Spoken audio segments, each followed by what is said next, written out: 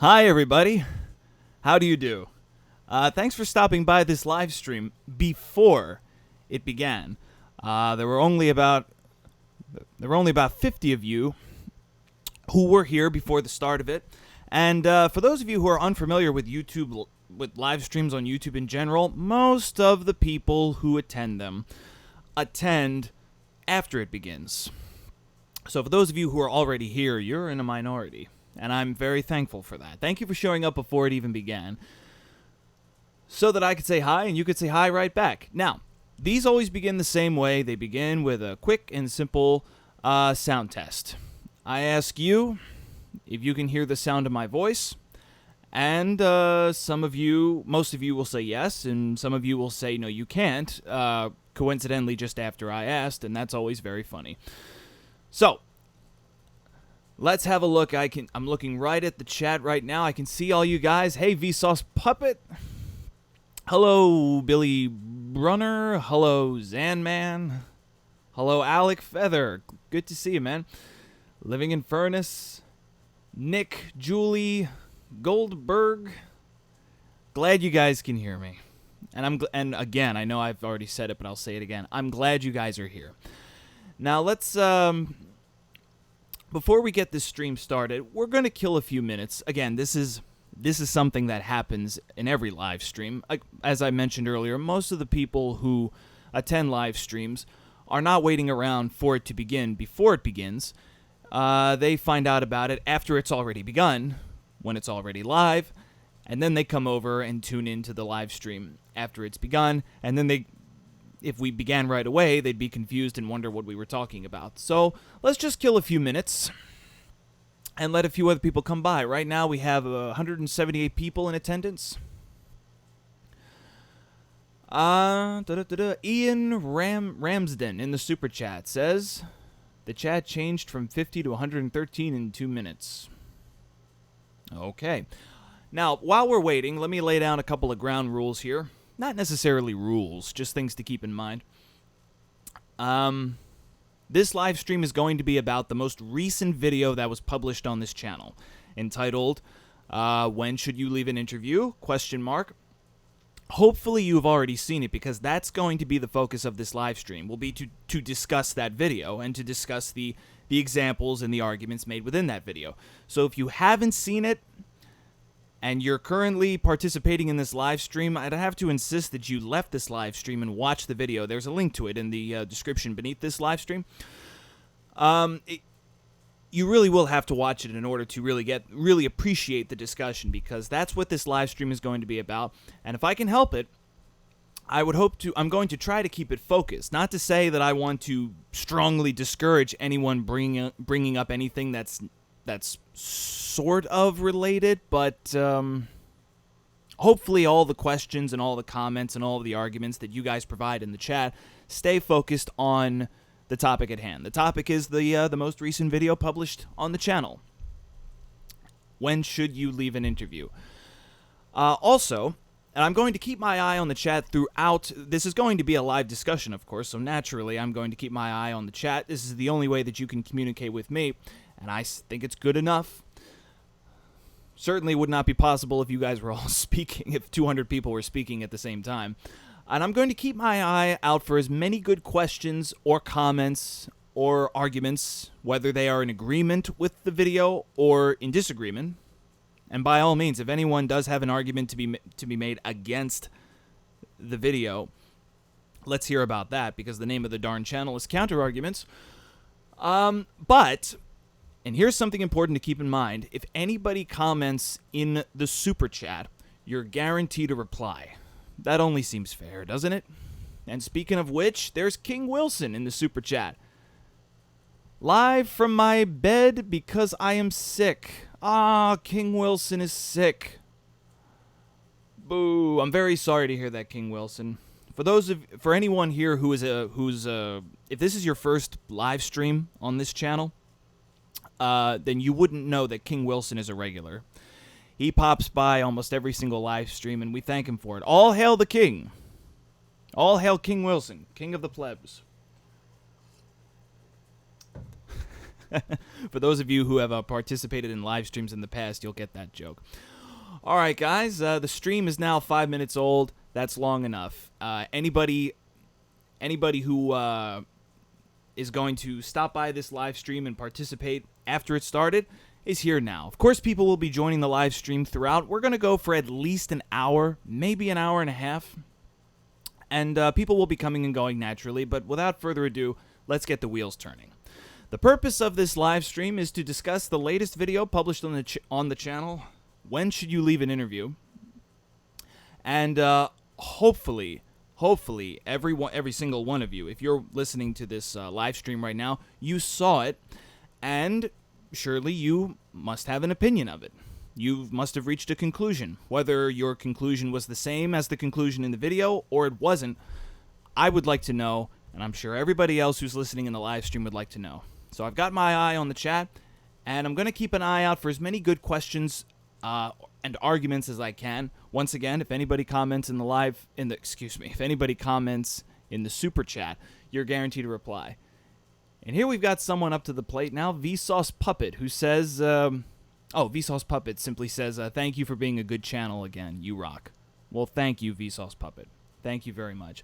Let's see now. Here we have, next up is Austin P., who didn't say anything. Of course, he doesn't have to. For those of you who, if you've already seen the video, you don't require a recap, but you'll have one anyway. The purpose of the latest video, when should you leave an interview? A lot of people joked about how that video is not very relatable, and I understand, I agree. Most of us are never going to be interviewed, so why would we care to know when we should not leave an interview? Well, hopefully, beyond all those sarcastic quips about how it was the most relatable video on the channel ever, winky face, LOL, hopefully you guys all at least appreciate it, how the video wasn't exactly about that. It wasn't exactly a guidebook for what you personally should do if you're in an interview. It was simply an analysis of public opinion and why public opinion shifts and forms the way it does when somebody walks out of an interview. Why do certain opinions and why do certain consensuses? I'm pretty sure I didn't say that right. Come about when somebody leaves an interview for reason X, and why do different opinions form when somebody leaves an interview for reason Y or Z? That was the focus of the video. And now, let's see what some of you have to say.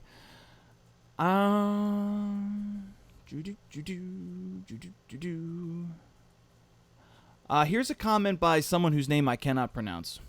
Tzeentch. However you say that. He or she says, I honestly agree with you. Ben leaving was the dumbest thing he could have done. All leaving did was discredit him and his arguments and prove to many that he's moronic. That seems like a sort of strong language. It didn't necessarily prove that he's an idiot any more than it proved he's intelligent.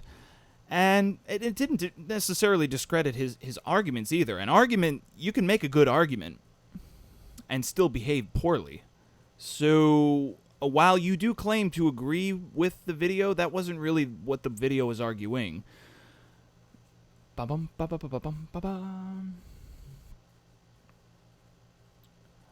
Here we have a comment from Ola, who says hello from Poland. Everybody say hello back to Ola. I hope that's how you pronounce that name, from Poland. The SWI, the SWI, the SWI. Here's an argument. The SWI says, the SWI, I don't know, I'm just going to go with SWI and hope it's right.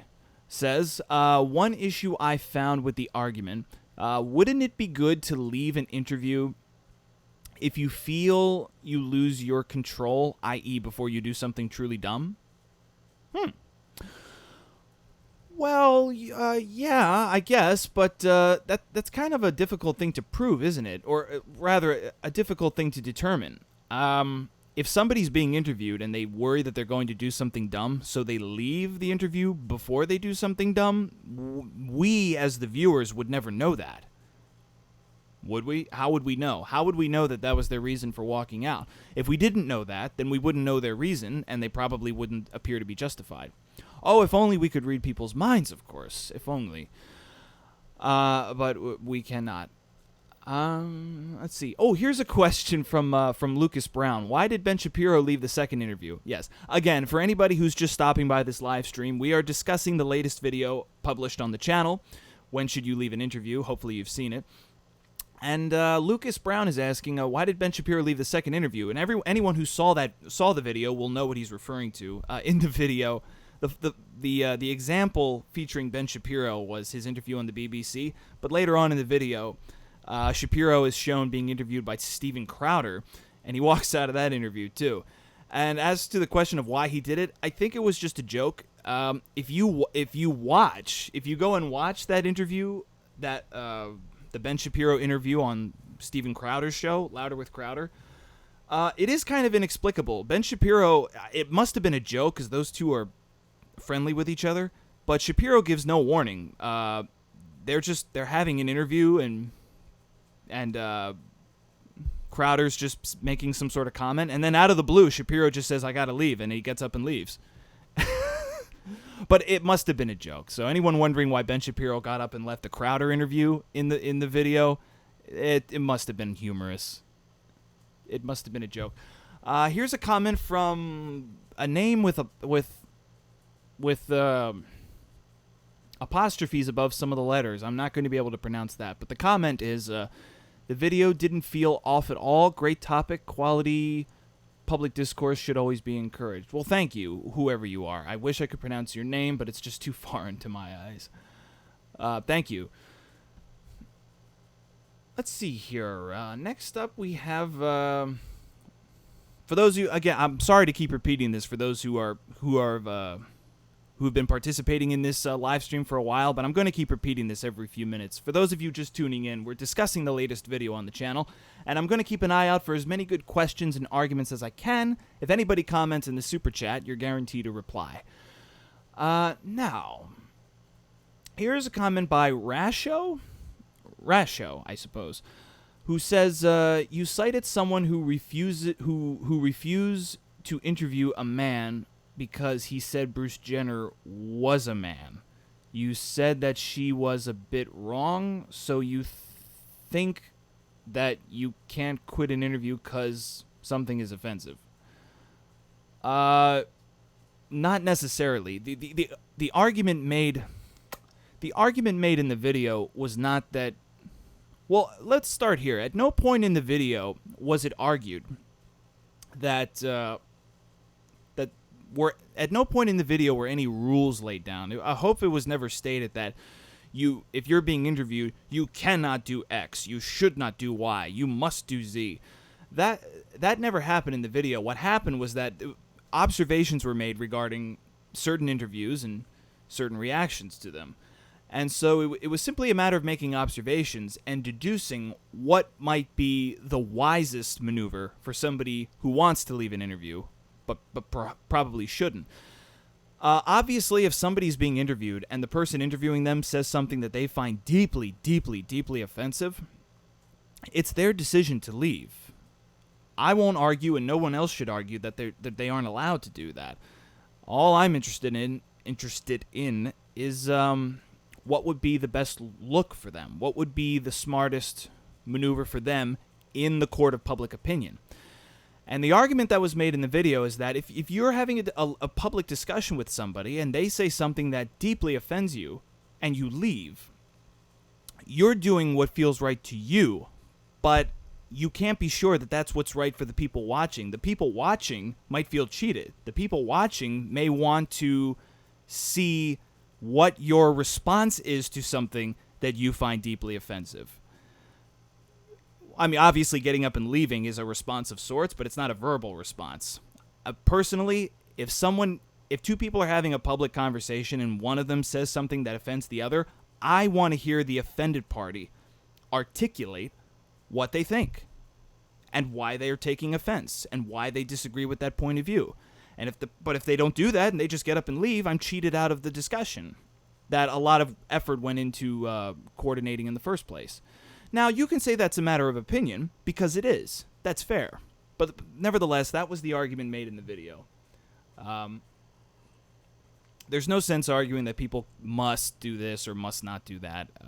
It was just the purpose of the video was just to make simple observations. Hello to anybody who's joined the stream in the last few minutes. We're currently discussing the latest video published on the channel. If you have any questions or arguments, you can make them known in the chat. Anyone who comments using the super chat is guaranteed a reply. Here's somebody who says Counter Arguments is the most rational channel on the topic of debate. Well, thanks for putting me on a pedestal. I'll find my way down.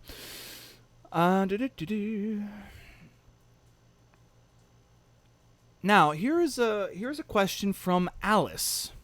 And Alice asks, is one aspect of it being good or not to leave if the MAL intend is just perceived by the... I'm sorry, Alice. I'm not able to read your comment. I ought to read these things all the way through before I start reading them out loud.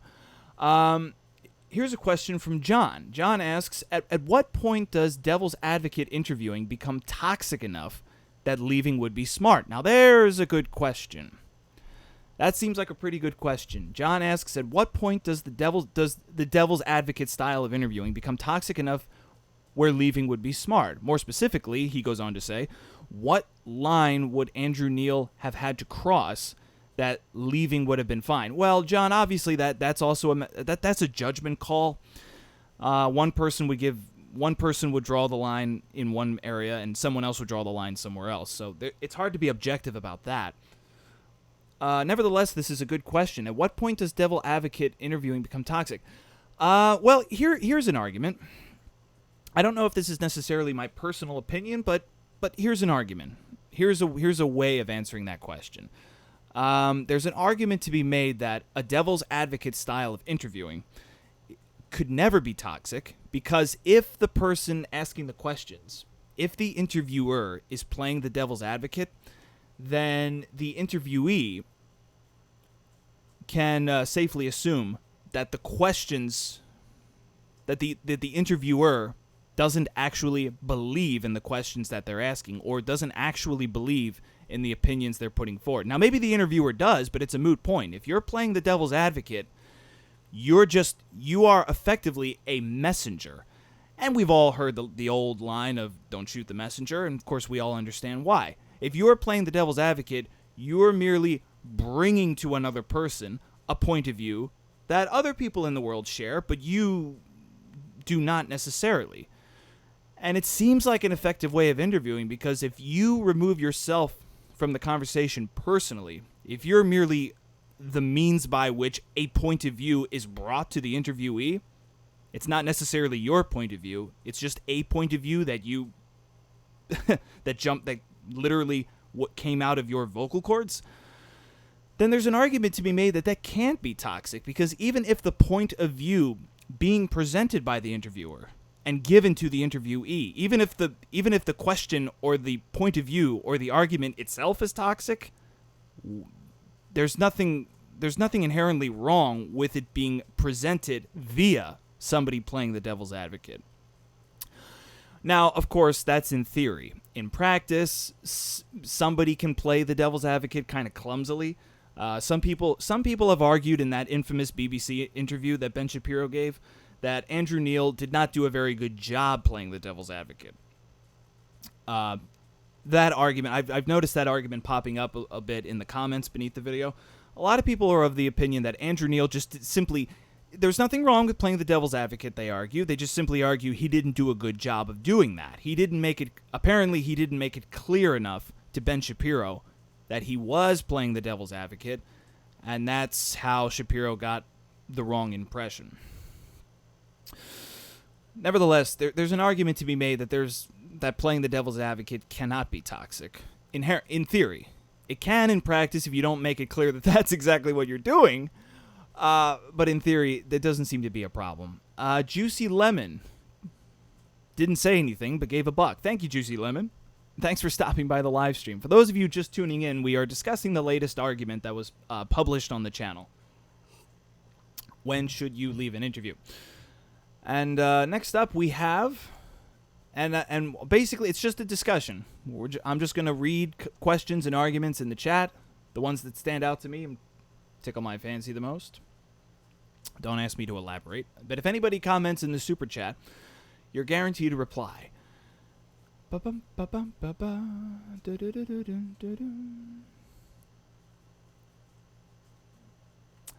Now here is a Oh, I noticed somebody insisting that Alice's writing was fine, and I was just too lazy. Okay, fine. Challenge accepted. I'm going to go back and read her original message. Okay. So Alice said earlier, and now I'm rereading. Here's a question from Alice. Is one aspect of it being good or not to leave if the malicious intent is just perceived by the person, or does the whole audience that watches it, or and it is not easier to in hindsight.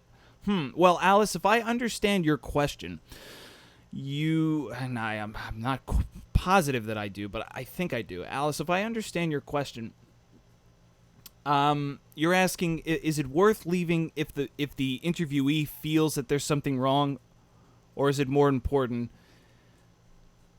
Or is it more important if the interviewee thinks that the interviewer is up to no good, or is it more important if the audience thinks it, if the public thinks it?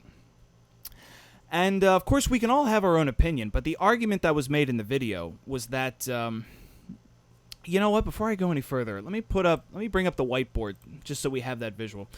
The argument that was made in the video is that the public opinion ought to decide whether or not you exit an interview, because if you leave an interview and public opinion is against you, it doesn't really matter politically speaking whether or not you thought you were justified. If you do, and that's kind of a rule in life. That's not exclusive to interviews. That applies to life in general. If you do something and you believe that you are justified, but most of the people who watched you do it believe that you were not, then obviously you have the courage of your convictions and you did what you think is right, and who knows, maybe you'll be validated later on down the line. But that doesn't hold a lot of weight with something as generally unimportant as an interview. I mean, the purpose of an interview is to just spread some information or a point of view, or to champion a cause, or to promote something. It's not necessarily a hill that you need to die on. So the argument that was made in the video is that if you want to leave but you suspect that public opinion will turn against you if you do, then you're essentially doing yourself more of a favor by staying and slugging it out than you would by doing what you feel is right but what most people will think is wrong. Obviously, there are plenty of other things in life in which you should not just go with the popular opinion. Yes, there are plenty of aspects of life where even if it is unpopular, you ought to do what you believe in. The trouble is that when it comes to something like an interview, the entire purpose of an interview is to have an effect on public opinion. If you do an interview and public opinion turns against you, you might as well have never done it in the first place. The purpose of doing the interview is effectively defeated. So that's why public opinion was given so much weight in the argument in the video. I'd like to welcome anybody who just tuned into the live stream. We're discussing the latest video, which was about interviews. And we're taking questions and arguments in the chat, but if anybody comments in the super chat, you're guaranteed a reply. And here we have Gabrielle, who asks, wasn't the point of the interview to promote Ben's book? She goes on to ask, so when the interviewer strayed so far from that, isn't it understandable that he left? That's a good question, and that's an argument that popped up quite a bit in the comments beneath the video. When Ben Shapiro agreed to do his interview on the BBC, excuse me, he agreed to do the interview on the basis that it would be a book interview, that he would be asked about his latest book. I believe it's called The Right Side of History. And Andrew Neil, on the whole, didn't ask him questions that were directly relevant to the book. He asked him questions that were relevant to American politics. He asked him questions that had to do with discourse in general. And he asked him questions about statements that he's made in the past. Apparently, for those of you who watched that interview, Ben Shapiro's infamous BBC interview, it seemed like the very next question that Andrew Neil was going to ask before Ben left was directly relevant to the book. So Ben really picked the best time to leave, didn't he? It just made the look even worse. But to address your question, Gabrielle, while a lot of Andrew Neil's questions were not directly relevant to the book, they were peripheral. Is peripherally a word? If it isn't, it is now. They were peripherally relevant to the book. Ben Shapiro's book, so far as I know, has to do with the state of politics, the state of discourse, the state of people in general having a very difficult time communicating with one another and getting along and finding common ground and having a more civil society. And so the themes of Shapiro's book, for which he was on the BBC to promote, are rather broad. And the conclusions that he reaches in the book seem to be rather broad. They have to do with politics in general, discourse in general, the current state of our politics in general. And so on that basis, it seems relatively fair for an interviewer to ask Mr. Shapiro fairly general questions about politics and about discourse, given that was sort of the aim of the book. Now, of course, I say relatively reasonable because you can't stay general forever. Eventually, you do have to get to some specifics. And I can sympathize with anybody who thought that Andrew Neil bringing up 4, 5, 6, 7-year-old quotes of Shapiro might have been uncalled for. I mean, I say I'm sympathetic to those arguments. I'm not sure if they're entirely unfounded because Shapiro is a public figure and he has made many inflammatory remarks. And if you are a public figure and you make inflammatory statements, then there's an argument to be made that you should constantly be prepared to defend them, or at least, or disown them, or whatever you will. Nevertheless, I am sympathetic of those who think that they shouldn't have been brought up in the interview. I hope that answers your question, Gabrielle, because that was a good question, and I'm glad you asked it. Next up, we have the Memes of Destruction. God, that is a cool name. The Memes of The Memes of Destruction.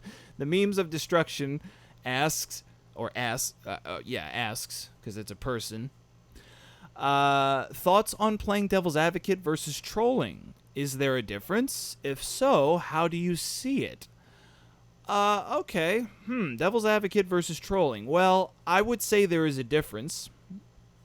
And the difference is that playing the devil's advocate would be sincere, whereas trolling would not be. Now, I don't purport to be a scholar on trolling, but from what I understand, trolling is basically just saying something inflammatory or personally insulting, not because you believe in it necessarily, but just to get a reaction out of somebody.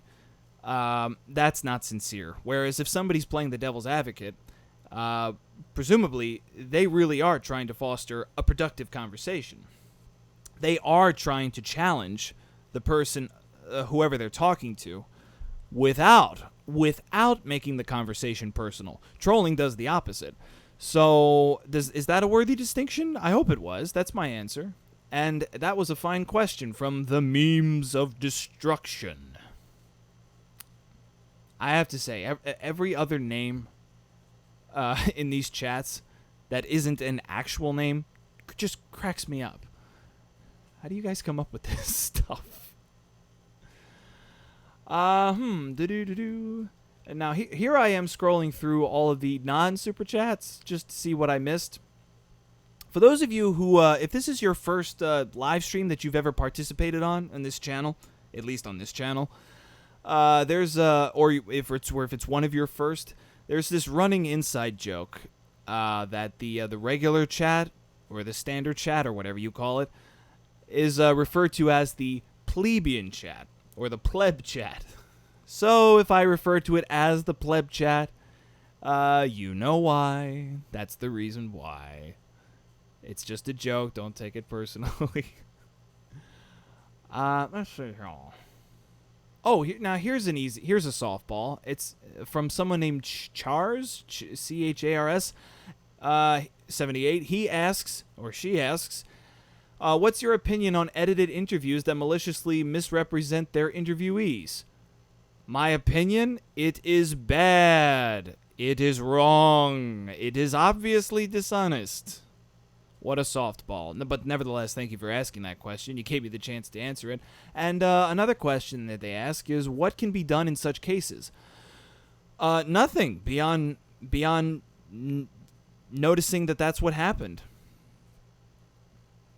But really, beyond that, absolutely nothing. If you're watching an interview and you suspect that it's been dishonestly edited, the only thing you can do is just notice that that's what happened, and take everything that was said in that interview with a giant grain of salt. And unfortunately, that's it. Beyond that, I don't know what on earth you can do. It's out of your hand. Unless what you would really want, once you realize that an interview was maliciously edited, would be to somehow, some way get your hands on the original footage, the hour, 2 or 3 hours of unedited footage. And if that's not at your disposal, then you're crap out of luck. Not much can be done about that, unfortunately. Gabrielle is not a girl. He says I'm a dude. Did I not pronounce your name right? Gabriel. It's not Gabrielle, is it? Well, nevertheless. You're a dude. Gab, if I could just call you Gab, and I'm sorry that I misgendered you. I hope you didn't take too much offense. I see you've got a laughing emoji, so I guess it's all good. Thanks again for your question, dude. For interviewing. Thanks for setting that record straight. Let's see now. Next up we have Charlie. Charlie says, new here. Hey, Charlie, is this your first live stream on the channel? Welcome. Welcome. Charlie says, new here. I no longer wish to be a mere mortal. Well, that's your problem, Charlie. Oh, I see. You're making is that supposed to be a pleb chat joke? Yeah, well, unfortunately, you are still mortal, Charlie, but you are no longer a pleb. Isn't that funny? That's an old joke now. That's an old inside joke for the live streams on these channels. I forget when that joke came about and how it came about, but basically, yeah, the regular chat is referred to as a pleb chat. and it's all in good fun. I can see comments here in the pleb chat. Plebs, let's rise up. Plebs shall rise. Plebs gonna keep on plebbing. Elijah says, and I just like that I'm not a pleb. Congratulations, non-plebs. Congratulations. Well, for anyone who's just tuning into this live stream, sorry, let me have a drink.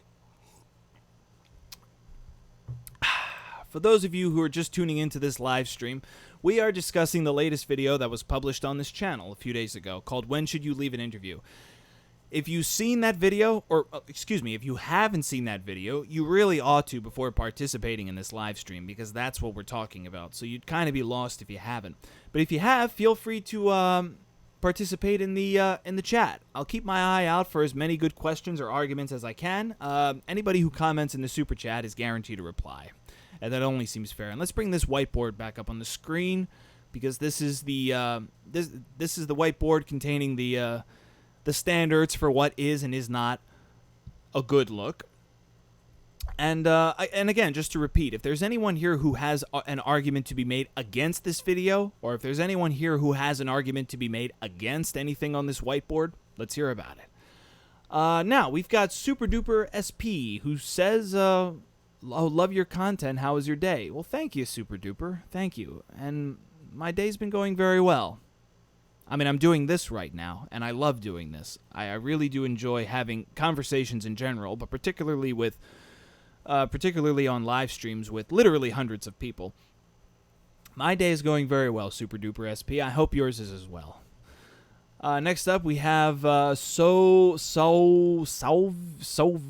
Souvik, Souvik. Your guess is as good as mine on how to pronounce that properly. Who says, "Shut up, plebs. Hi from India, Mr. Counterargument. Hey, hello. I almost said hi-lo. Hi, hello. Everybody say hello to however you pronounce this person's name. I'm sorry. I hate it when I can't pronounce the name of somebody that I'm replying to. It's kind of embarrassing, and I'm sorry for it. Everybody give some love to India, as some has been given from India. That's incredible. Somebody from India is listening to this. The power of the internet. Hey, King Wilson. All hail the king. King Wilson says, "Guys, no personal questions to CA. He made this clear in past streams." Well, King Wilson, you know what? Let's give the benefit of the doubt. I have mentioned it in previous live streams not to ask personal questions, but I forgot to mention it in this stream. So that's kind of on me. But thank you anyway, King Wilson, for spreading the word. All hail King Wilson, king of the plebs.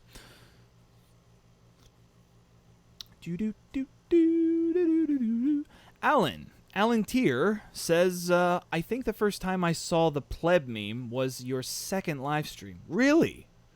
Really? Just the second live stream ever, huh? That was quite a while ago. It's a really fun inside joke. I mean, right now, I'm looking at the pleb chat right now, and there's all sorts of jokes. Pleb's gonna pleb. It's just fun. It's just fun. Let's see now. Here we have a comment from Gen, Gen. Gen? Oh, well, let's say Gen, since that might be short for generation. I don't know. Gen Trollololol. And Jen says, the video was on the topic of interviewees leaving interviews, but what of the interviewer asking the interviewee to leave? Or ending the interview. Well, that's a good question. Thank you for asking that, Mr. or Mrs. Troll. That's actually a good question, and I say it's a good question because that was not really addressed in the video, was it? I never really got around to addressing whether or not it would be a good look for for the host of an interview to terminate it. Never mind the interviewee getting up and leaving. What happens if the interviewer says, "We're done here, we're going to commercial"?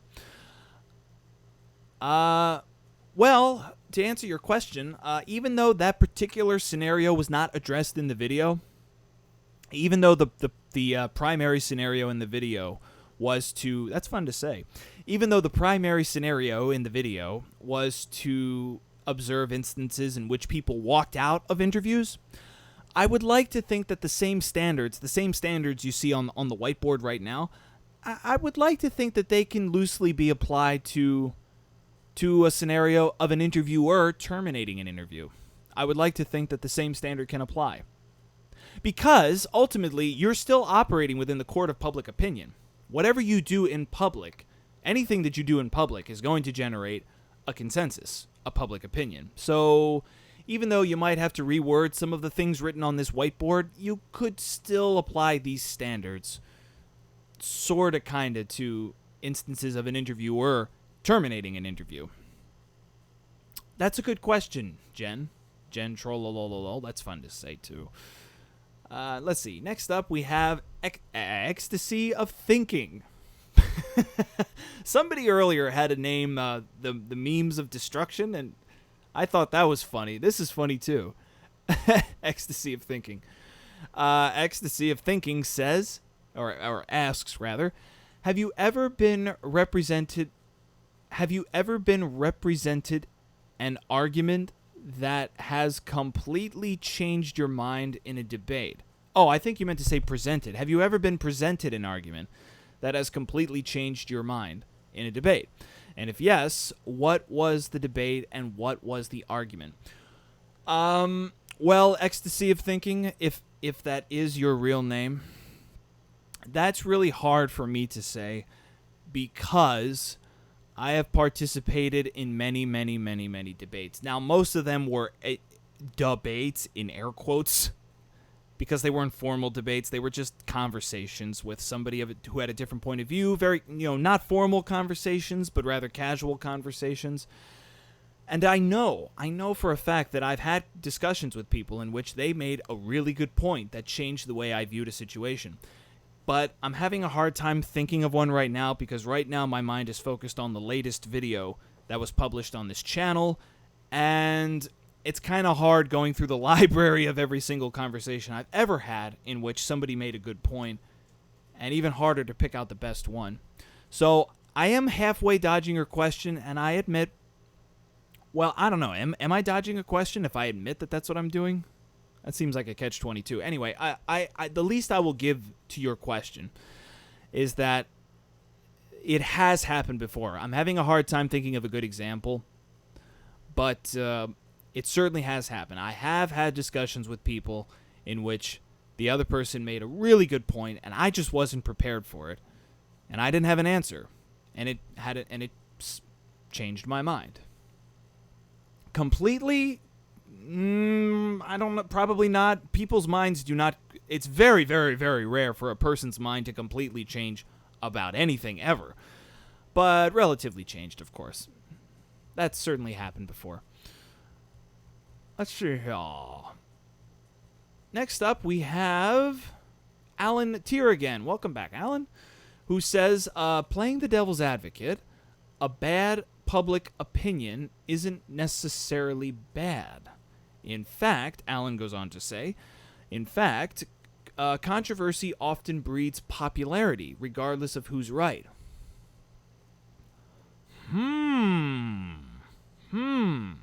That's a pretty good point right there. I'm going to reread that. Playing devil's advocate, a bad public opinion isn't necessarily bad. In fact, controversy often breeds popularity, regardless of who's right. Alan, if I understand this correctly, you're making an argument against playing the devil's advocate, and if you are, it's not a bad one. Not bad at all.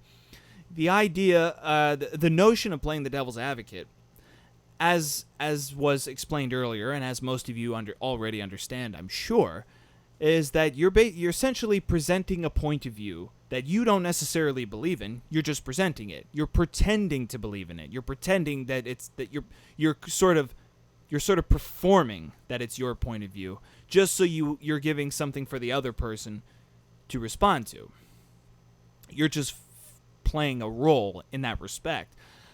And so if you're playing the devil's advocate and pretending to be somebody who believes something extremely, extremely ugly, then yeah, you are. Well, you're obviously promoting that point of view just by virtue of expressing it in public. If you're on a television show, if you're on the radio, if you're in a live stream on the internet, obviously you are spreading that idea. Now, no telling how many people will actually be attracted to it. It is possible that if you are having a public conversation to a large audience and you, playing the devil's advocate, say something that's extremely wicked and bigoted and ugly, it is possible that nobody who hears it actually agrees with it. It's possible that everybody who hears that particular point that you made, again, playing the devil's advocate, it's possible that nobody agreed with it before and nobody agrees with it now. So I don't think it's good enough to avoid playing the devil's advocate just because you worry that a bad idea will spread. Nevertheless, and it is kind of a cynical point, but it's also somewhat fair. If you say something controversial, as Alan Tier pointed out, if you, albeit playing the devil's advocate, say something controversial, it's going to get a lot of people's attention. And something that gets a lot of people's attention becomes a hot topic. And even if it becomes popular for the wrong reasons, it still does become popular. And but you know what I would say to you, Alan, and I'll cap it off my response to your point, and it was a pretty good point. I'll cap it off here. Alan, you pointed out that controversy can breed popularity regardless of who's right. Here's what I'll say to that. We all get to decide for ourselves who's making the best argument. There is not and there should not be any sort of authority who decides whose opinion is more reasonable than the others. So while you or I might agree that promoting ugly ideas that we think are ugly, that we think are immoral and wicked, may result in popularity, and we would regret that if that happened. We all get to think for ourselves. We get to have our own opinion and decide for ourselves who's making the better argument, but if other people disagree, then they disagree. And we wouldn't appreciate it if it was the other way around. We wouldn't appreciate it if somebody told us, don't express your point of view, even if you're just playing the devil's advocate, because we think it's terrible and we're afraid of it spreading around.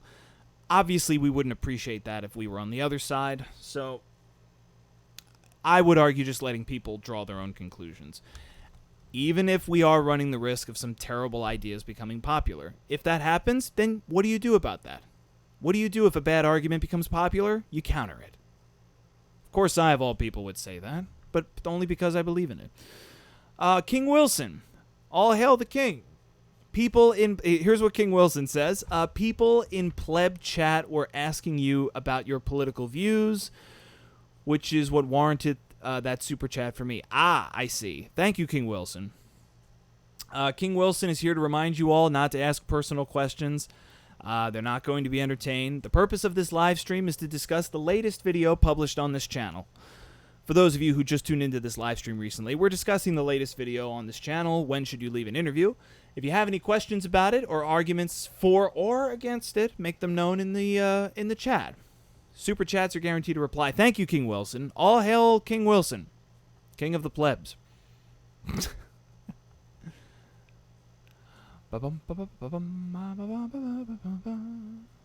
Let's see now. Here is a comment from King Wilson again. King Wilson, you are a charitable man. But of course, kings tend to be wealthy, aren't they? Excuse me, don't they? King Wilson is promoting a comment from the pleb chat. Good for you, King Wilson. King Wilson is promoting a comment by Goldberg Sheckelstein? I think I pronounced that right. Goldberg asks, aside from public opinion, is there any other good reason for an interviewee to leave a debate?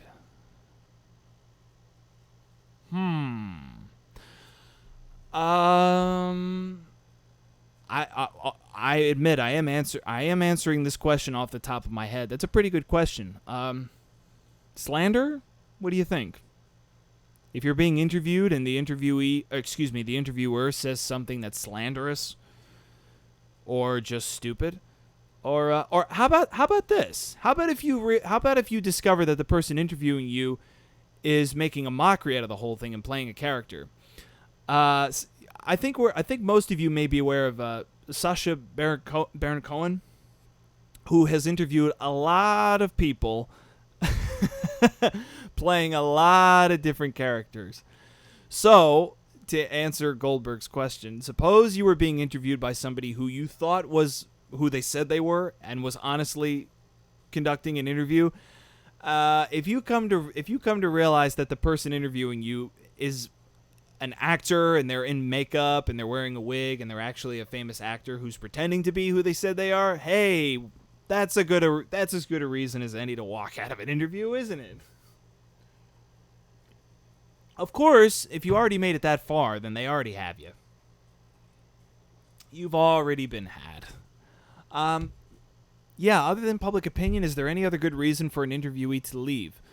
How about a physical altercation? That's a good reason as any, isn't it? If the interviewer kicks you or slaps you or otherwise physically intimidates you, yeah.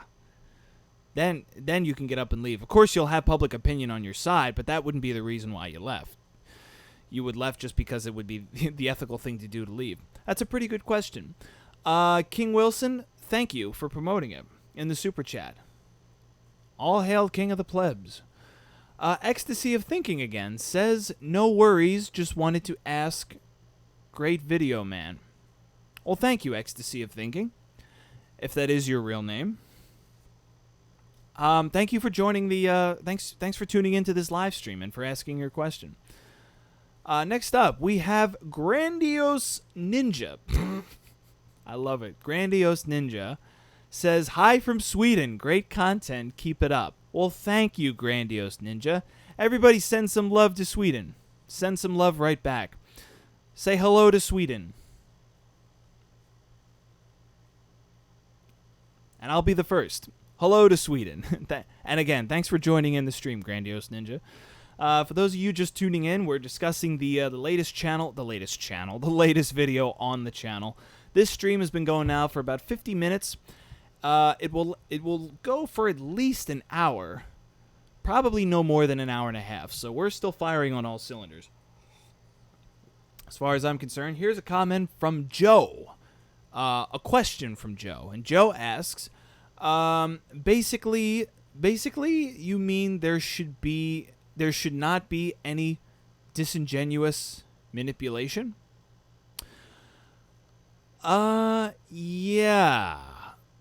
Yeah, Joe, I think that there should not be any disingenuous manipulation. That is what I think. Quick question back to you, Joe. Is disingenuous manipulation a little redundant?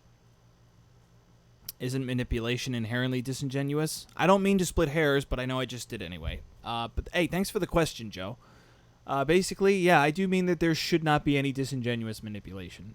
Not just in interviews, but ever. Ever. King Wilson promoting another comment from the pleb chat. Vissia, Vissia. That's just how I'm going to pronounce it. I'm sorry if I'm not pronouncing it correctly. Vissia asks, doesn't the efficiency of the devil's advocate depend on the transparency of the person playing the devil's advocate being clear about it? Yes. Yes, good question, and that is my answer to the question. Doesn't the efficiency of the devil's advocate depend on the transparency of the... In other words, if a person who's playing the devil's advocate doesn't make it plainly clear... That's redundant too, plainly clear. If the person playing the devil's advocate doesn't make it clear that that's exactly what they're doing, then yeah, you bet. That's definitely going to undermine the efficiency of that particular tactic. And again, I mentioned this earlier in the stream, but I'll mention it again. This was one of the criticisms of Andrew Neil in that infamous BBC interview, Ben Shapiro. A lot of people argue that, a lot of people who have no problem with playing the devil's advocate argue that Andrew Neil did not make it clear, he did not make it as clear as he should have, or as he could have, that that's exactly what he was doing. At some point in the interview, he did claim that that's exactly what he was doing, but nevertheless, some people argue that he didn't make it clear. And there's an argument to be made that if Andrew Neil had made it clear that he was just playing the devil's advocate, then perhaps Ben Shapiro would have never gotten as defensive or taken his remarks as personally as he did. So that's a good question, Vissia. And I thank King Wilson again for promoting another comment or question from the pleb chat. All hail King Wilson, king of the plebs. Now let's see here. We've got one more comment here from the super chat, or excuse me, more than one more. Next up we have. Oh, by the way, if I ever do miss a comment or a question in the super chat, I hate to put this on your shoulders because I really should be noticing this on my own. But if I do miss somebody in the super chat, please let me know, because I do not want to do that, and I have done it before, imperfect as I am. Here's a question from Morgan, and Morgan asks, I think they, 2 super chats ago, meant, here am I playing devil's advocate.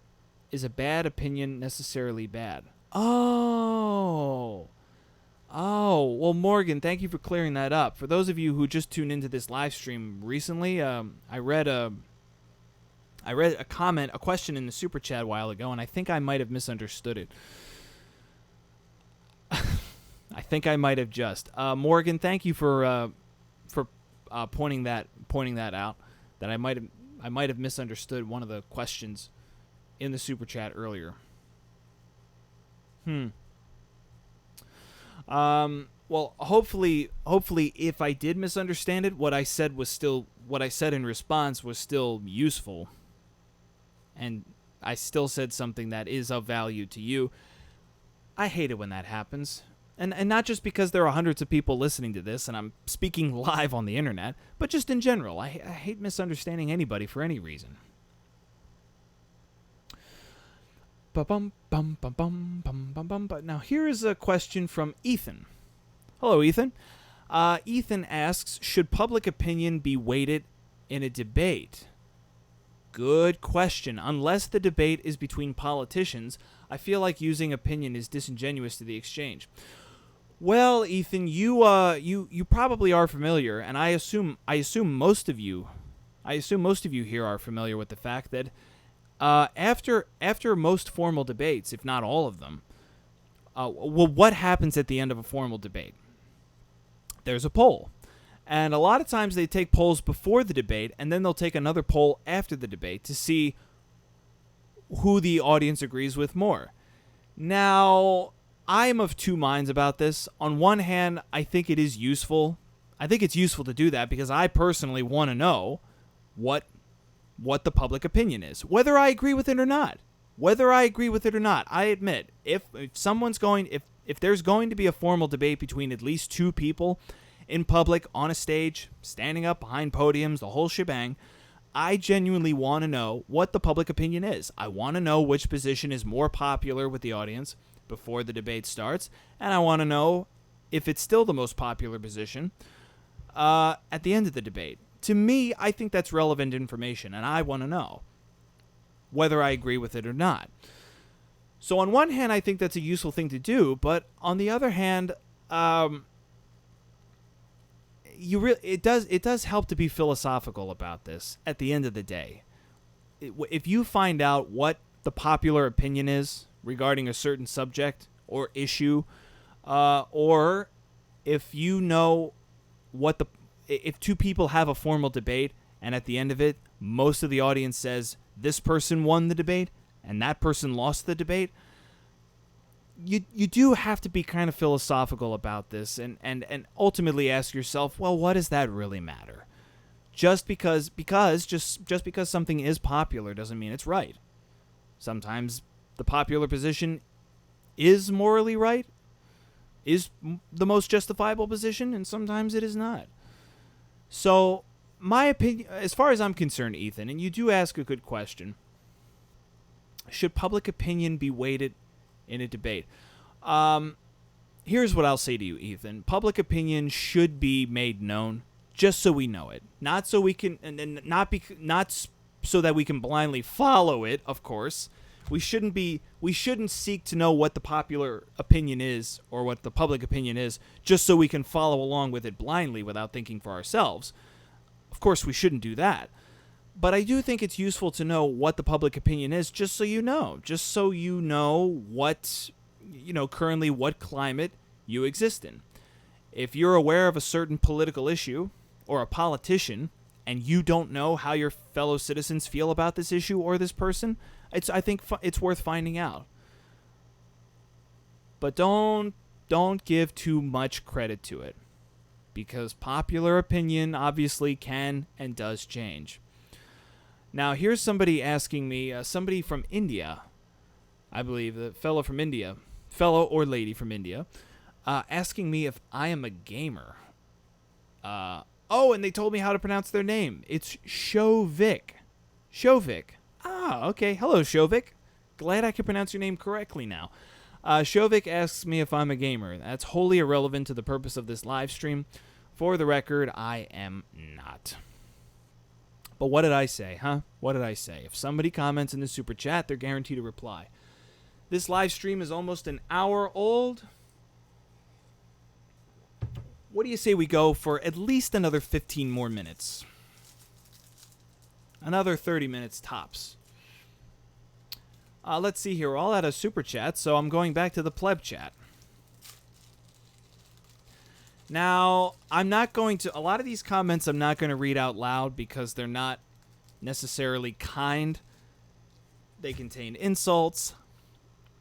They contain very strong opinions of certain public figures. So, understandably, I am right now as I speak, I am reading a lot of these comments quietly. I'm not going to. Some of these I'm just not going to read out loud.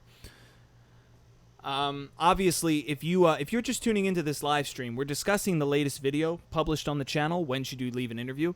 And by all means, if you have a question or an opinion or an argument, you can make it known in the chat. And if I notice it, I'll read it and respond to it. All super chats are guaranteed to reply. To anyone who's typed these really mean or inflammatory or insulting comments, I'm not. Of course, I'm not against it, but you must know that they're not going to be read in the stream, which is fine. Hey, if you didn't care if they are or not, then hey, it doesn't make a difference, does it? Let's see here. Now, here's a question from I Lack the Imagination. And he or she asks, would it be appropriate to not attend an interview where public opinion is probably not in your favor, or would it be better to face the mob and hopefully dissuade, or is it a no-sum? That's a pretty good question. Well, here's where we'll begin with answering it. That's a judgment call. It's a matter of opinion. Some people would feel one way and others another way. So let me essentially try to provide what I think is the best argument I can. I certainly don't think it would be inappropriate, quote unquote inappropriate, to participate in an interview where you know public opinion is against you. I don't see anything inherently inappropriate about that. Obviously, it's intimidating, and it might be a waste of time. It's possible that if you go into an interview with public opinion already against you, that it will still be against you by the end. But the argument in favor of the optimistic argument, the argument from optimism would say to give it a try. If you go into an interview knowing that public opinion is against you, the optimistic way to view it would be to say, hey, there's nowhere to go but up. And if you're being interviewed about something that you really do believe in and something that you really think is important and worth championing, then that might just be good enough, wouldn't it? That's a really good question. It's not really relevant to the topic of the video we're discussing because the video had to do with leaving interviews, but of course, in general, we are talking about public opinion. So I really like that question. I lack the imagination. Apparently you do not. And I'm glad you asked that. And I'm glad you stopped by this live stream, too. All right. Now, you guys are going to have to pardon me for a few seconds while some of you have probably noticed already that I'm eating something. I know it's unprofessional. I know, but I'm hungry. Okay, here's a question from First Last, who asks, who says, I'm saying, what if the interviewee wants a bad interview to look better? Well, there's only so much you can do about an interview as one person. If you were participating in an interview and it was going south, there are a few things you can do to turn it around. You're only in control of your own behavior. But if you keep yourself focused, if you don't say anything disrespectful to the other person, if you are as charitable as you possibly can be, I know everything I'm saying is obvious, but it's worth keeping in mind. And frankly, I'm not quite sure if you were asking me in general, if you were responding to somebody else. Let's see now. For those of you just tuning in, we're discussing the latest video. If you have any questions or arguments about it, or if you have any opinions about interviews in general, or public opinion in general, make them known. You are listening to a live discussion. If you'd like to interact with me right now, here's the time and place.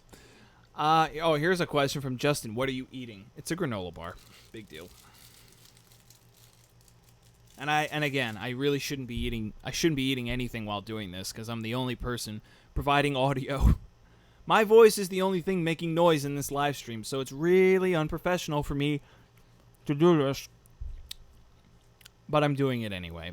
Obviously we're on YouTube, and unlike television and radio, there are always casual vibes on YouTube or on new media in general, isn't it? Let's see. King Wilson. Hello, King Wilson. King Wilson says, I'm going to be unprofessional too. What you eating? Well, I already answered that question, but thanks for asking. All hail King Wilson. Now here's a question from Admiral. I don't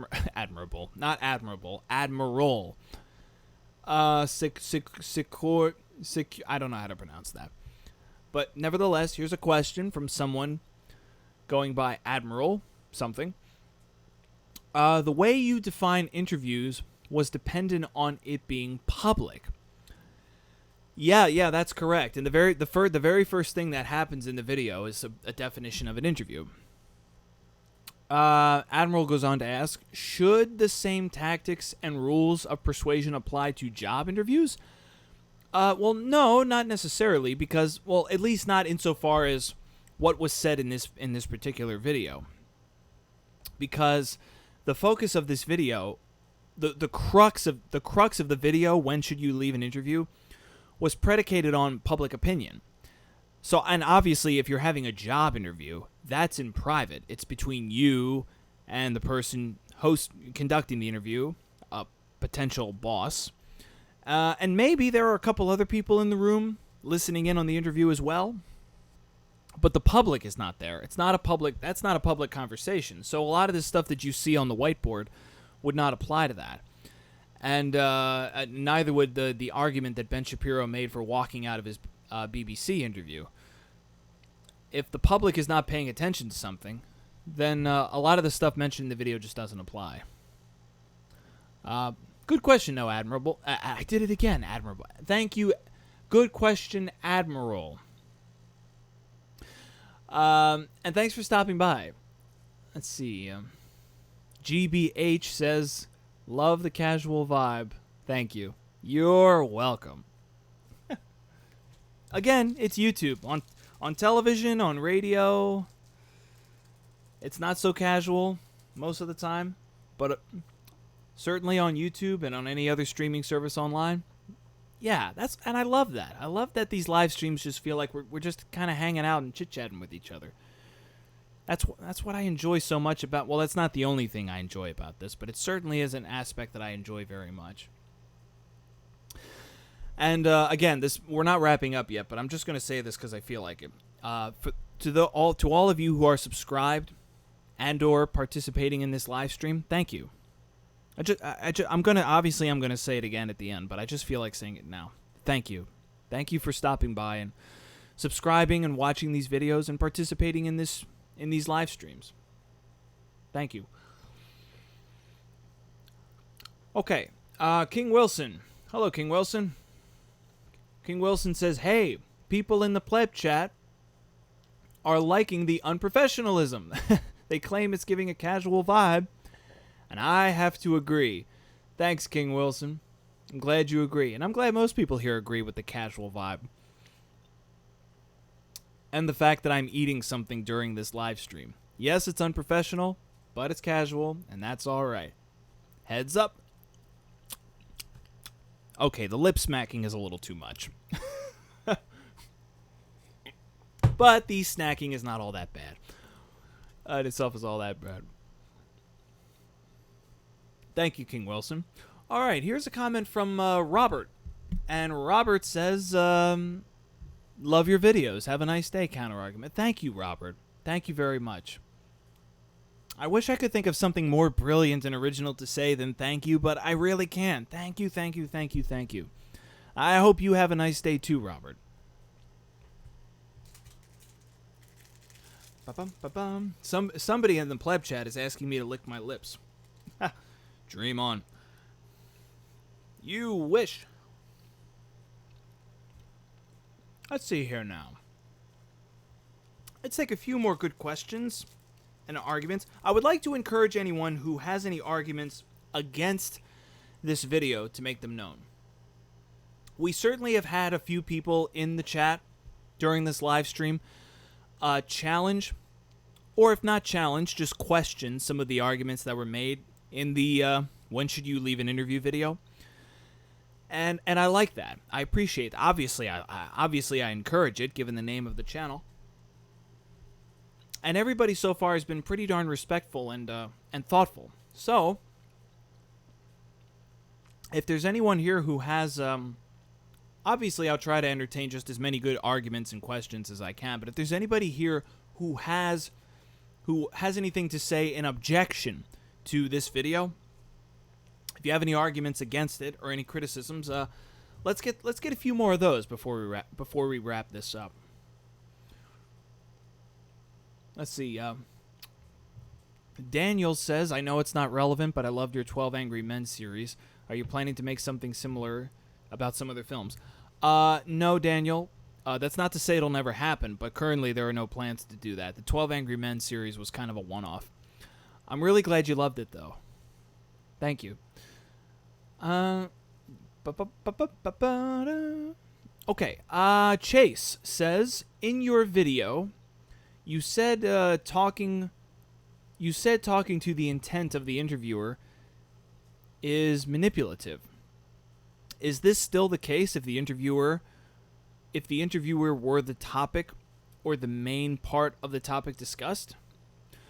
Well, I guess not, but that would be a very strange interview.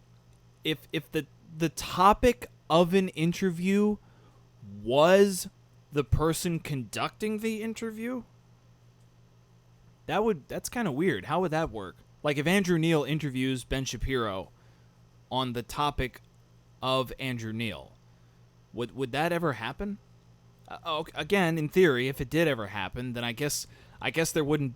Then it wouldn't be a problem to get for the I guess, yeah, duh. Under those circumstances, it would be perfectly reasonable for the interviewee to state their opinion of the interviewer if the interviewer was the subject of the interview. I just can't imagine when that would actually practically happen. Interesting question, Chase. I hope I didn't misunderstand it. I don't think I did. In your video, you said talking to the intent of the interviewer is manipulative. Is that still the case if the interviewer was the topic? I guess not. Let's see here now. Joe again. Sorry for my tongue-in-cheek way of speaking in my first comment. I have a legit question, though. All right, Joe. It's okay, man. No hard feelings. I was a little confused by your previous remark, but it's neither here nor there. Joe asks the following question. How should one continue on an interview even though the interviewer is being disingenuous? Or should one not continue? That is a darn good question, Joe. It's one thing that wasn't mentioned in the video, but it certainly could have been mentioned, is that trying to gauge public opinion during an interview, trying to deduce whether or not public opinion will be on your side if you leave, that's kind of difficult to do.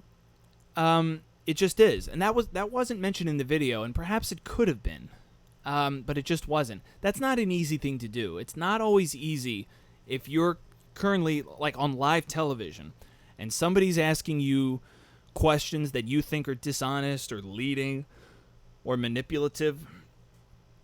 Trying to think to yourself in that moment while saving face and while trying to entertain the questions, to do all that and at the same time wonder, will I seem like I was justified if I just got up and walked away?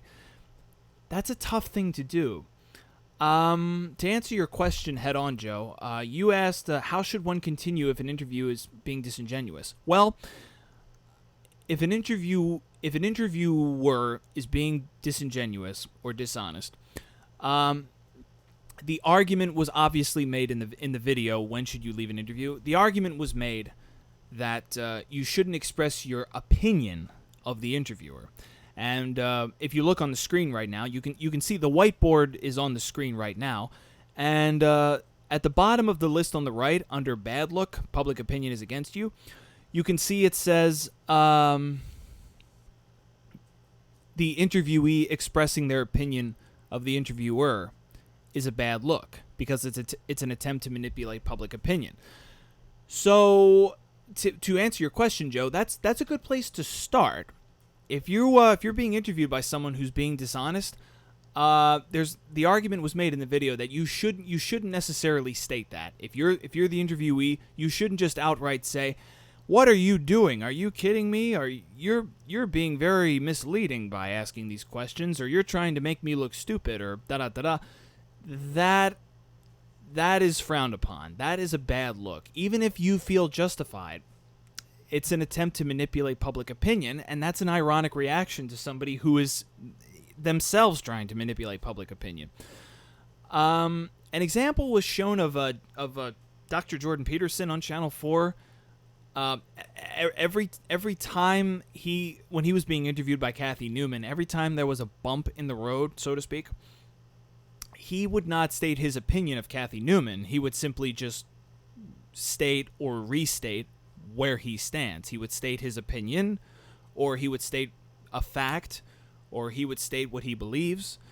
And that's probably the best course of action. That if somebody is being misleading, there's nothing you can do to control. There's nothing you can do about that, but you're still in control of your words. And so if somebody's trying to caricature or misrepresent you, you can correct that record. If you don't believe in something and somebody tries to give the impression that you do, hey, you can't control what comes out of their mouth, but you can easily state for the record, just for the record, sir or ma'am, I don't believe X. Just so that's made clear. You know, if you're being interviewed by somebody and they're asking you, don't you think X is great? Don't you think X is good? Don't you think are you saying that you believe in X? You can easily respond to that by saying, no, I don't. And if you're calm and articulate, then you'll do all right. Needless to say, there are certain instances in which an interviewer behaves so badly that you can get up and leave, and it won't be a bad look. Now, the interviewer has to behave pretty badly for that to happen, but it happens. It happens, and when it happens, you'll public opinion will be on your side if you leave. It doesn't happen often, but it does every now and then. Hello, Victor. Victor is didn't say anything in the super chat, but I'm still gonna say hi. Thanks for stopping by, Victor. Somebody said in the pleb chat said, we're on counter arguments. Bring out your counter arguments. Okay, first last. Here we are. Here's an issue that somebody going by the name of First Last has. First Last says, I have an issue with that video. I don't appreciate the way you portray the Peterson interview. You miss what he was up to.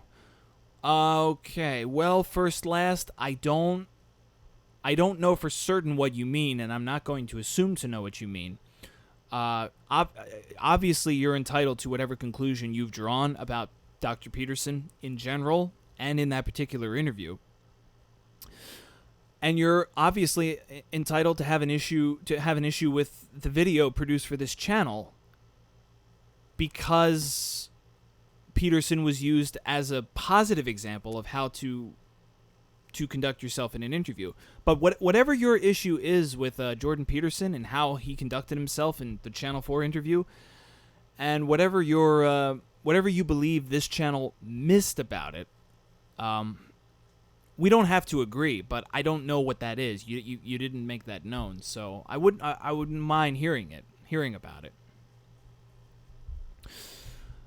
I'm just not going to assume to know what somebody means. Oh, here you are. First Last later on in the chat clarifies. He or she says, you miss what he was up to, his desire of such an interview and manipulations of... Okay, that's really not much of a clarification. I'm sorry. First, last, I'm not opposed to you having a disagreement or an objection to anything on this channel, but I don't know exactly what your objection is, so I'm afraid I just don't have anything to say in response.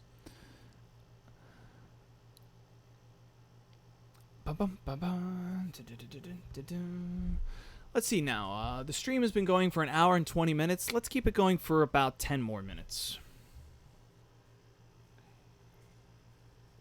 Maybe a little more, depending on how lively the stream is. At its peak, we had almost 500 people here. Now there's about 365, which is a pretty good number.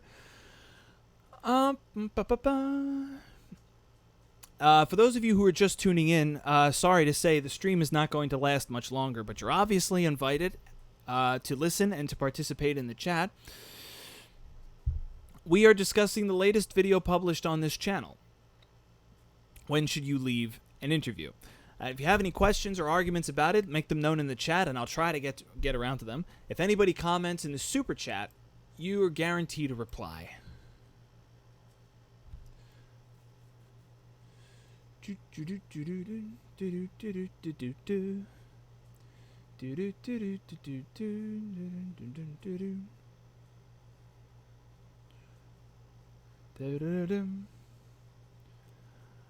All right, now most of the people in the chat are just talking about Jordan Peterson. Hey, King Wilson, what's up?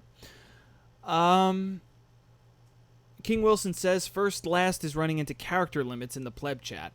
Yeah, I know, King Wilson. I know. I understand that you can only say so much in the chat in these live streams, but I really wasn't given any sort of explanation as to what the objection was. First last made it clear that he or she had an objection, but didn't characterize it. And it's kind of hard keeping an eye on somebody when they comment, when their entire argument is spread out among the a live chat. Because first last comments are scattered all over the place. I said more, you didn't quote. He's look for a bad interview to make himself look better. Okay, well, look, first last, if you believe that Jordan Peterson was deliberately try to get to be interviewed by somebody who would bungle it so that he could walk away looking good, that's speculation, but you're allowed to speculate that. You're allowed to reach that conclusion. I just don't have an argument to present in the face of that. I don't know how to challenge that. Oh, hey, SpongeBob tuned in to say hi. Well, hi, SpongeBob. Glad you could stop by. Here's first last again. Peterson wanted a clumsy attack to make himself look better, so you say he handled himself well, but it was all part of his plan. Muahahaha. Okay, this is the last time I'm going to say it. That's speculation. We do not and cannot know if that's true. So let's get back on topic and entertain some questions or arguments for or against the video made. We'll keep this going for a few minutes more, and then we'll wrap it up. Let's see here. Endless Dude Peter Flip says, I agree with most of the video, but I will play the devil's advocate. Ah, well played. Well played, pun intended. Endless Dude goes on to play the devil's advocate, saying that Ben Shapiro would have looked way worse if he stayed, as he was being demolished by the interviewer. Okay, well, I understand you are playing the devil's advocate, so that's not necessarily your opinion. Let's see, what is a good way to respond to the opinion that Ben Shapiro was better off leaving the BBC interview, because if he stayed, he would have continued being quote-unquote demolished, which is such a Ben Shapiro type adjective to use to describe something unfortunate happening to somebody in a public discussion. Well, I would like to remind anyone who might hold that opinion that ultimately Ben Shapiro was not engaged in a debate on the BBC. It did kind of devolve into a faux debate of sorts, a semi-debate, but it was, at least at least in format, an interview. And Andrew Neil was within the format asking questions. There were times where he presented a question in the form of a statement, but according to Andrew Neil, he only did that to give Shapiro something to respond to. He wasn't personally challenging Shapiro. He was simply presenting points of view for Shapiro to respond to. So it wasn't a debate in the first place. And I'm not the first one to say that it is kind of embarrassing to imply that somebody did or would have been destroyed in an interview, because, of course, an interview is one person being asked questions and answering them. Again, it's not necessarily a debate. So, the idea of somebody being destroyed in an interview is, what the hell is that? It's basically somebody asks you a very hard question and you don't have an answer.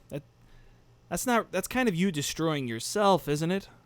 Well, I don't know. In theory, thank you for playing the devil's advocate, endless dude. Thank you very much. Now here's a comment from John, who says, does it not depend on the purpose for which the interviewee is entering the discussion? John goes on to say, I doubt Ben Shapiro was hoping to build his fan base in Britain, through the BBC, considering its bias.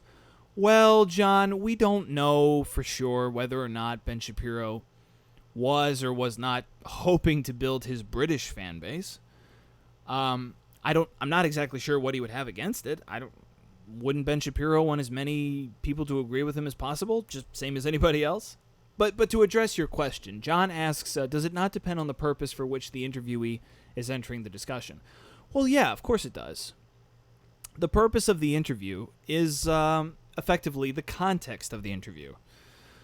If you agree to do an interview so you can discuss, I don't know, a book you've published or a movie that you starred in, and during the interview somebody asks you about your relationship with your wife or your husband, then yeah, that is not relevant to the purpose of the interview. But that's obvious. No one needed to hear me say that to know that.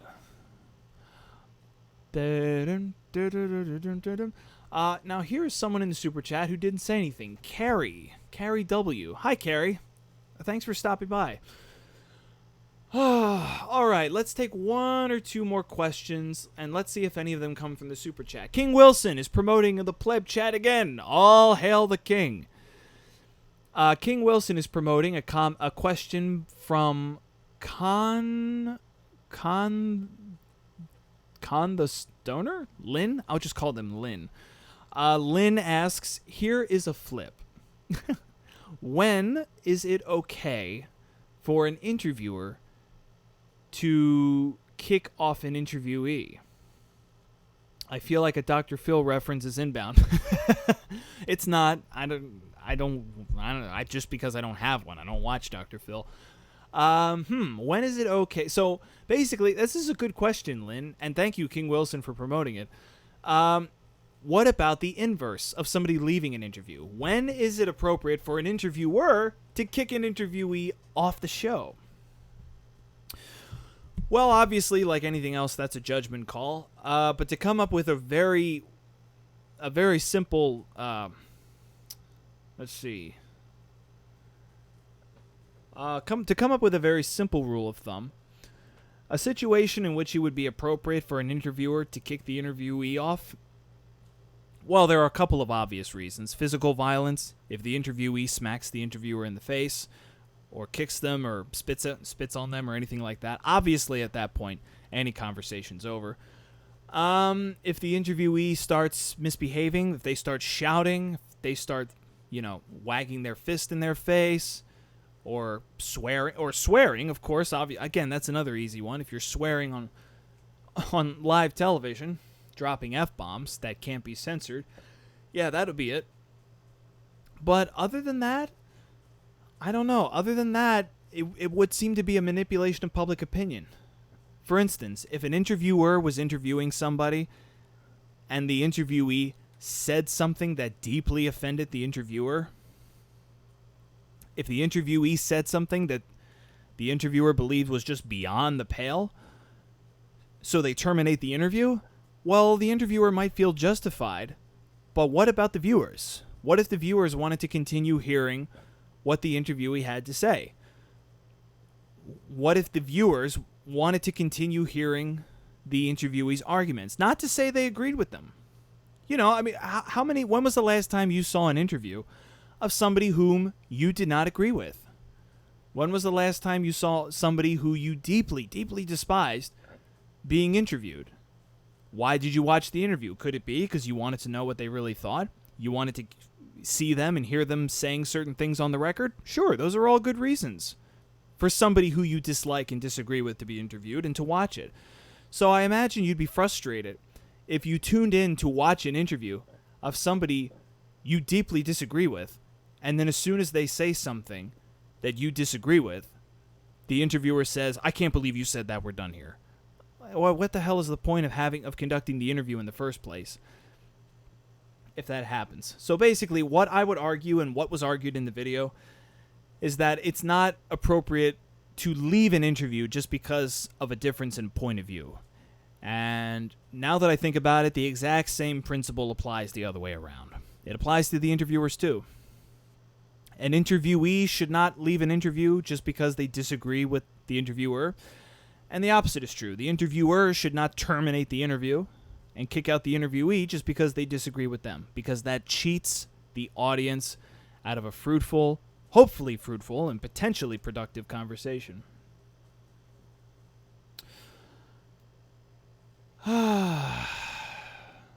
Whew. I'm not fishing for any sympathy here, but just so you know, talking for an hour and a half straight is kind of a little exhausting. I enjoyed every minute of it, though. Unless somebody has a really good question or counter-argument, or unless somebody says something at the last minute in the super chat, this will be where we conclude this live stream. I don't need to tell you that I would love to sit here and continue talking about this for hours and hours and for days and days and days, but I am only human. My voice will eventually start to hurt. I will eventually get tired and hungry again. And so I'm glad. This live stream lasted for over an hour and a half. And that's a pretty good length. I thought it would last that long at the most. And it lasted that long at the least. For those of you who are still tuned into this live stream, well, I'd like to thank everyone who watched it in total, but I can't thank everyone because not everybody stayed. But for those of you who are still listening to this, thank you. Thank you for sticking around and listening to this to the very end. For those of you who commented, to all of you who commented in the chat, thanks for the engagement. Thanks for participating. Even though a lot of you said stuff that I wouldn't read out loud in the first place. I especially want to thank everybody who commented in the super chat, and I especially want to thank King Wilson, King of the Plebs, for promoting multiple questions and arguments from the pleb chat. That's why King Wilson is the King of the Plebs. He spent his hard-earned money to promote the thoughts and opinions and questions of those who did not have the money to spare. So thank you, King Wilson. King Wilson in the super chat right now saying, well, if you're going to end it, I'm going to go stuff my face with vitamin C to build up my immune system. Thanks for the live stream, CA. King Wilson, thank you. I hope all of you guys are doing well. If you're subscribed, I hope I never let you down. And if you enjoyed the latest video, I hope you enjoy the next one, and the next one after that, and the next one after that.